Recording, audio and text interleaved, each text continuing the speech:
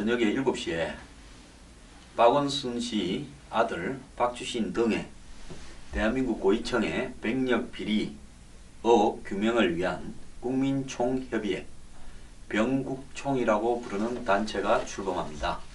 변희재, 신혜식, 최대집, 성호선임 등 많은 분들이 참여하고요. 저도 도와드리기 위해서 공동대표로 이름을 올렸습니다. 자, 왜 이 병국총이라는 단체가 출범하느냐?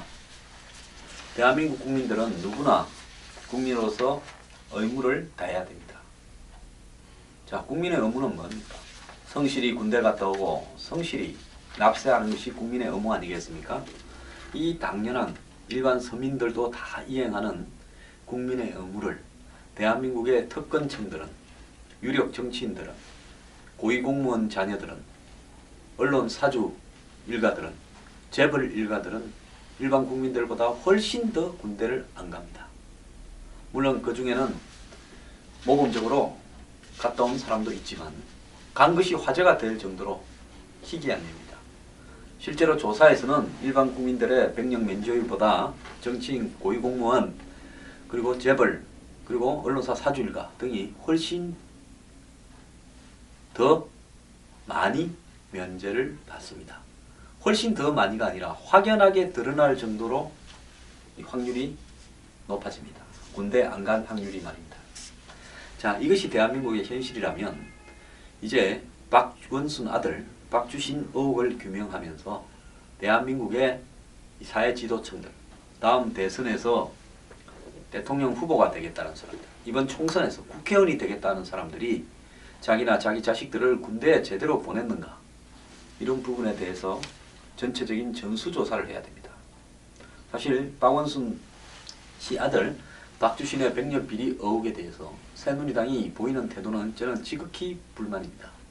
새누리당은 매우 적극적으로 나서서 이 문제를 규명하기 위한 특별법 등을 통과시켜야 됨에도, 즉 사회 지도층 인사 본인이나 자제들의 백력 비리 의혹을 규명하기 위해서 여기에 백력 브로커가 개입되지 않았는지, 또 더 나아가서 이 신의 아들이라고 불리우는 이들의 자제는 이 백력을 면제받은 채 실질적으로 이 추운 겨울날 서민과 중산층의 자제는 전방에서 개고생을 할 때 이들은 술 먹고 환각 파티를 하지 않았는지, 이런 부분들을 규명해야 되지 않겠습니까? 이런 것조차도 당연하게 받아들인다면 대한민국은 민주공화국이 아닙니다. 대한민국은 그들만을 위한 상류공화국입니다. 자, 노블레스 오블리제라는 말이 있습니다. 이 포클랜드 전쟁 때 영국에 가장 많이 전사한 계급이 장교였습니다. 그에 반해서 아르헨티나는 사병들이 가장 많이 죽었습니다. 그래서 영국군이 이겼죠. 영국의 왕자도 이 전쟁에 참가했습니다. 아프간 전쟁에도 참가했습니다. 이라크 전쟁에도 참가했습니다. 자, 오늘날 영국에서 왕실이 유지되는 이유는 한마디로 노블레스 오블리제를 실천하기 때문에 그렇습니다.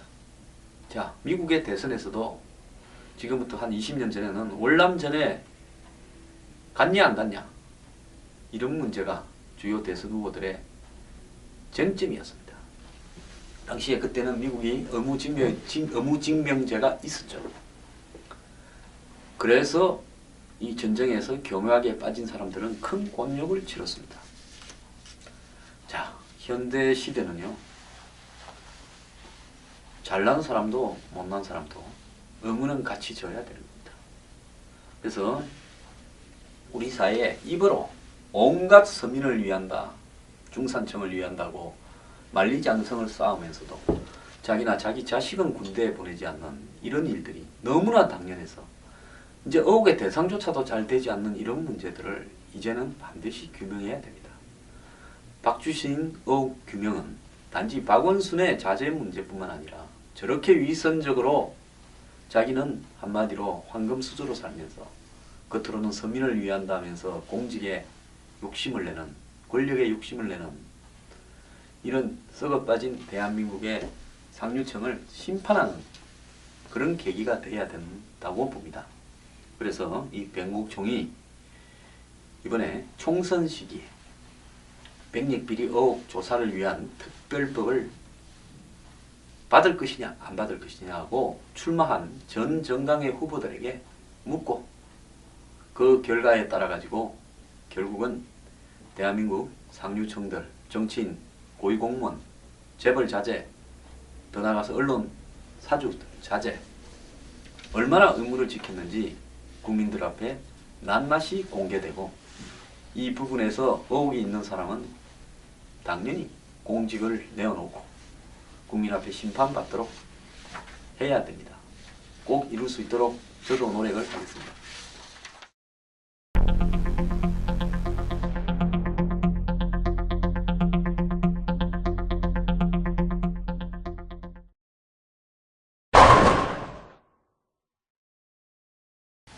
얼마 전에요, 제가 대기업들이 이제 갓 입사한 사람이나 입사한 지 몇 년밖에 안 되는 사람들, 즉 20대 후반, 30대 초반에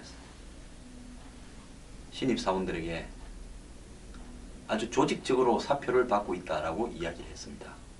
근데 이 사실이 뭐 몇 사람은 황 소장이 과장해서 이야기한다.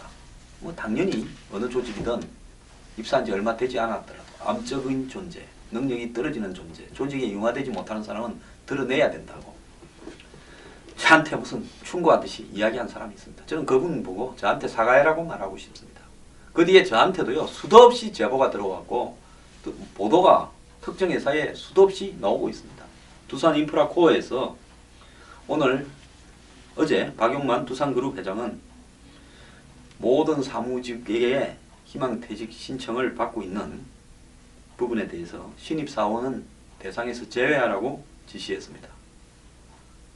두산인프라코어는 이달 8일부터 18일까지 희망퇴직 신청을 받는 과정에서 올해 입사한 신입사원도 희망퇴직 대상자에 포함을 시켜서 논란이 된 회사입니다.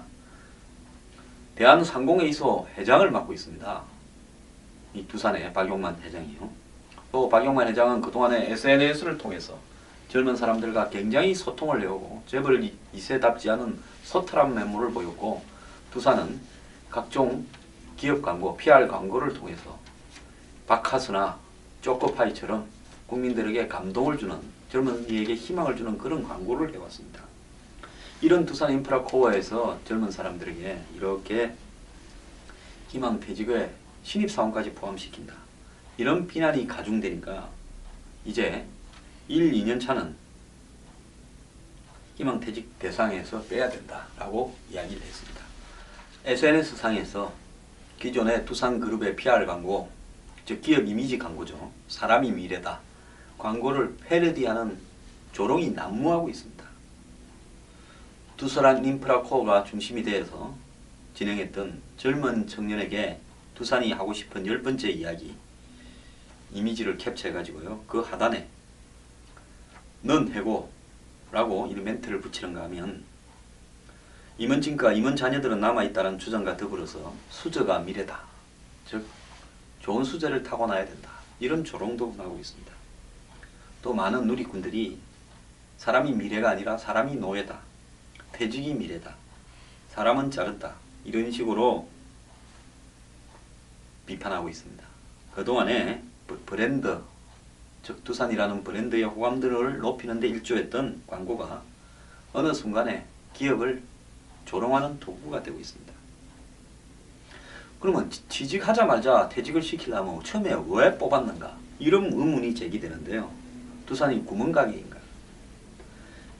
1년 만에 퇴사시킬 애들을 왜 뽑아가지고 그 사람들에게 시간 낭비를 하고 사회적인 충격을 줬는가? 참, 이 부분에 대해서 저도 이해가 가지 않습니다. 올해 두산 야구가 프로야구에서 우승했는데요. 야구만 두산의 미래냐? 사정이 그렇게 안 좋으면 야구단부터 팔아라. FA에 100억을 쓰는 것보다 직원 살리는데 그 돈을 쓰는 게 낫지 않느냐? 자, 야구에는 미쳐서 야구 선수들한테는 수십억을 투자하면서 돈 벌어오는 진짜 직원들은 모가지를 나뉘냐? 이런 부분까지 조롱하고 있습니다. 한 두산 인프라코어 희망퇴직자는 나갈 때까지 면담한다. 매일매일 나가라고 힘들게 하겠다고. 그래서 결국 나가겠다고 하니까 인수인계하고 가라다 한다. 유종의 미를 거두라 하는데 이 상황이 납득이 가냐? 이런 글을 올렸습니다. 기업은요, 그 기업의 오너는 그 기업이 자기 개인 거라고 생각을 하고 거기에서 돈밖에 안 보이는지 모르겠지만 사실상으로 기업은요, 개인의 것이 아닙니다. 그 기업에 일하는 모든 직원과 국민이 그 기업을 살려가는 겁니다. 기업을 돈으로만 본다고 하면요, 솔직히 말하면 우리가 이 기업을 지원하기 위해서 또 이 기업을 위해서 공적 자금을 투자할 필요도 없습니다. 기업이 망해갈 때 공적 자금이 투입되고 워크아웃에 들어가지고 여러 가지 지원이 들어가지 않습니까? 그리고 기업 대출은 특혜가 있고 온갖 이 국민의 힘으로 기업을 살려가는 부분이 있습니다. 그리고 주식도 국민들이 열심히 삽니다. 솔직히 대한민국의 재벌가 중에서 주식 보유 비율이요, 최대 기업도요 10%대밖에 안 됩니다. 나머지는 전 국민이 주인인 겁니다. 그리고 국민연금이라든지 각종 연기금이 대기업들 주식을 얼마나 갖고 있습니까? 그것은 국민연금 자체에서 투자한 돈이 아니라 국민들이 연금으로 낸 돈에서 투자하는 겁니다. 그렇기 때문에 기업의 주인은요, 오너들이 아니라 오너들은 전체를 대신해서 주식을 좀 많이 갖고 있어서 인정을 그냥 해준 소유주에 불과합니다. 그러면 기업을 운영하면서요, 그것이 애국이라고 생각을 하고 일자리를 창출해가고 하는 부분에서 사회적 책임을 가져야 되고, 기업이 어려워진다고 바로 잘라버리면서 거기에서 돈을 아끼려고 하는 태도는 기업할 자격이 없는 사람들입니다. 자, 기업이 어려우면요, 솔직히 말하면 좋았을 때 실컷 벌어간 오너들이 기업이 어려우면 자기가 벌어간 돈 좀 내놓을 줄도 알아야 됩니다. 그리고 아무리 어려워서 구조조정을 위해서 직원을 줄이려고 한다면 그때는요, 적어도 들어온 지 몇 년밖에 안 된 직원들은 제일 나중으로 미루고 들어온 지 오래된 사람부터 내보내도록 노력해야죠. 그 오래 들어온 애를 오래 내보내겠다, 그게 말이 되는 이야기입니까? 그 기업은 망합니다. 한번 보세요. 1년 앞도 못 내다보고 3월 달에 뽑았다가 11월 달에 내보내는 게 그게 정상인 회사입니까? 그건 제정신이 아닌 회사죠. 그런 기업이 뭘 제대로 기업 운영이 되겠습니까? 제가 하고 싶은 이야기는, 자, 기업이 내보낼 때도요, 미국에서는 누가 오늘 제보를 했는데 저도 알아보니까 그렇습니다. 상황이 안 좋아서 해고를 할 때는 노동유연화가 있죠. 한국보다는 훨씬 자유롭게요. 근데 미국에는 지금 거의 완전 고용 상태에 가까운 실업률이 5% 이하입니다. 그런 어떤 완전 고용 상태에 가까운 실업률은 그야말로 긍정적인 실업률입니다. 자, 이런 어떤 부분에서 회사가 망해서 내보냈다가 나중에 그 회사가 되살아나거나 누가 딴 사람이 인수하게 되면 채용을 할 때 내보낸 사람 순서대로 해고자부터 채용을 해야 되게 되어 있습니다. 그리고 내보낼 때도 먼저 들어온 사람부터 내보내고 뒤에 들어온 사람은 가장 마지막에 내보내는 기본적인 룰을 가지고 있습니다. 한국처럼요, 이렇게 무지막지하게 안 합니다. 그리고 그 룰을 어기면 굉장히 강하게 처벌을 받습니다. 자, 평소에 사람이 미래라고 이렇게 뻥을 쳐놓고, 그래 어려우니까 사람이 돈으로밖에 안 보이는 겁니다. 제가요, 그냥 이렇게 가끔씩 대기업을 비판하는 게 아니라요, 정말 더불어 좀 살자고 대기업한테 충고하는 겁니다. 이런 식으로 처신하는 대기업 중에 끝이 좋은 회사 보질 못했습니다. 잘하고 모범적인 회사 엄청나게 많습니다. 그리고요, 직원은요, 자기 오너와 똑같이 회사의 주인입니다. 직원 한 명을 내보낼 때 그 사람의 가정과 그 사람의 부모와 그 사람의 가족, 연인, 부인, 아들, 딸 어떻게 느낄지 한 번이라도 오너가 생각을 해봤습니까? 내보낼 때도 예의가 있는 겁니다. 인간에 대한 예의죠.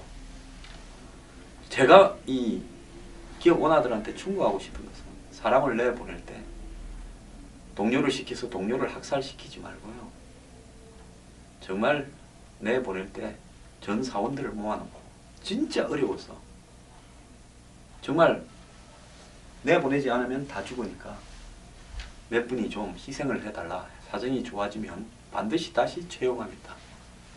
그리고 회사에서 할 수 있을 만큼은 해드리겠다고 하고 나가는 사람들에게 오너가 손이라도 한 번씩 잡아서 내보내는 그런 매너를 좀 지키기 바랍니다. 그게 사람이 미래 아닙니까? 광고는 사람이 미래라 하고 사람이 노예처럼 보여서는 안 되겠죠.